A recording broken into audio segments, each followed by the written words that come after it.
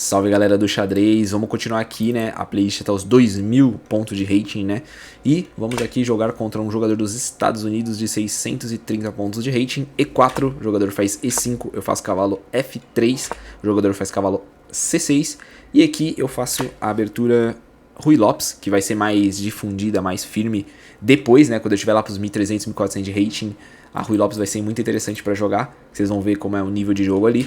Bom, beleza, aqui o jogador joga bispo em D6, e aqui eu faço pequeno roque, o jogador joga cavalo F6, e eu jogo D4 aqui a posição, o jogador captura o peão, e agora eu capturo o cavalo dele em C6. Eu vou com o meu peão atacando o duplo. Novamente, né, aquele negócio que eu falo pra vocês do tático, de sempre ter um entendimento do tático. Aqui, basicamente, o erro dele foi esse bispo, né? Já tava de olho nessa visão. Quando ele fez esse bispo aqui, eu já tinha uma ideia de que possivelmente esse peão pudesse chegar aqui. Não era 100% de certeza que isso poderia acontecer, mas você já tem que ficar de olho nesses possíveis lances, né? E é um lance tático de ter o duplo, ataque duplo nessa posição, né? Então, a tomada do cavalo aqui me permite dar esse duplo. E aqui simplesmente ele é forçado, né, a recuar uma peça ou tomar o peão, que foi o que ele fez. E aqui acaba caindo um bispo inteiro nessa posição.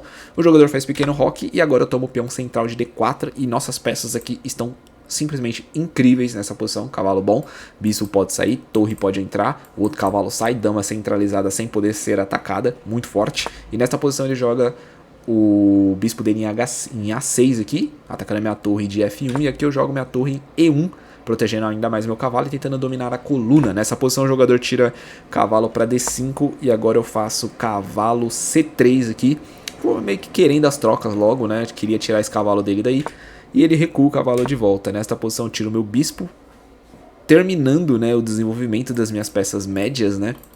A última peça a ser movimentada da sua posição inicial, conectando as torres também, que é muito forte.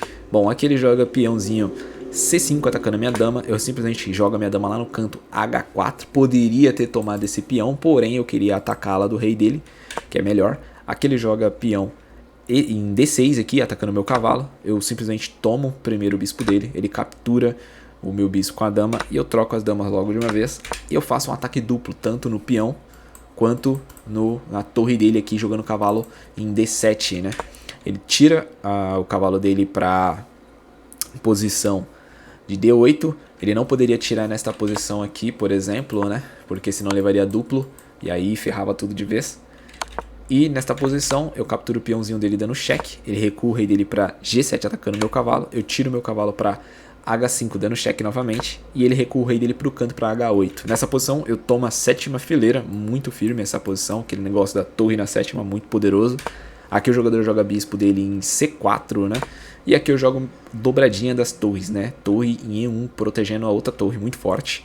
E aqui ele joga peão C6, eu jogo meu peão em B3 atacando o bispo dele. Ele recua o bispo dele tentando fechar a coluna para E6, beleza, aqui tá tudo certo. Eu jogo meu cavalo em E4, o jogador tira o bispo dele para D5 atacando o meu cavalo. E agora eu jogo meu cavalo em G5. Aqui ele joga esse lance que é muito interessante, né, esse lance aqui, porque ele ataca meu cavalo e ao mesmo tempo tá atacando aqui a posição, né, tá vendo?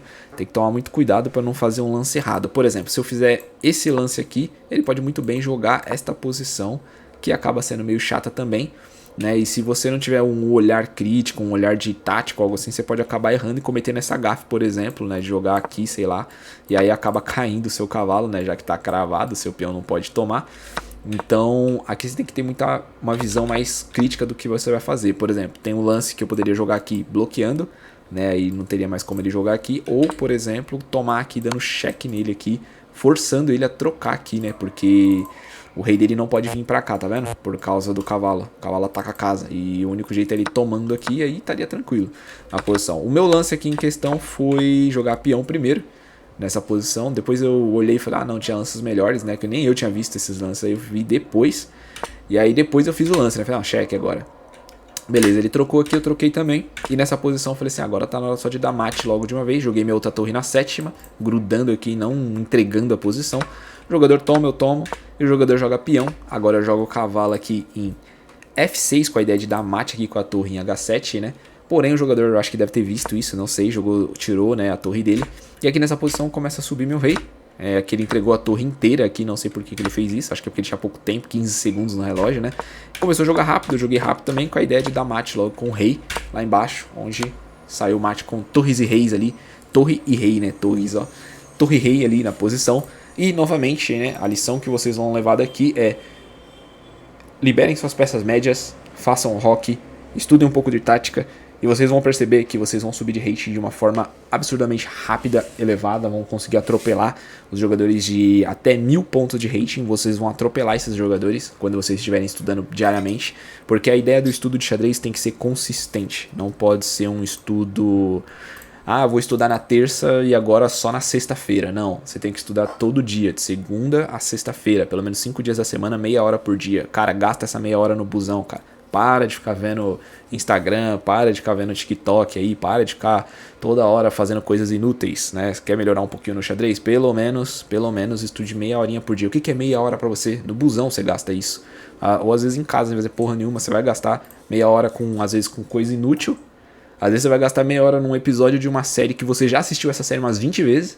Em vez de você gastar com 5 episódios de uma série, gasta com 4 episódios de uma série e o último episódio que você iria assistir, você deixa de assistir e vai estudar meia horinha de xadrez.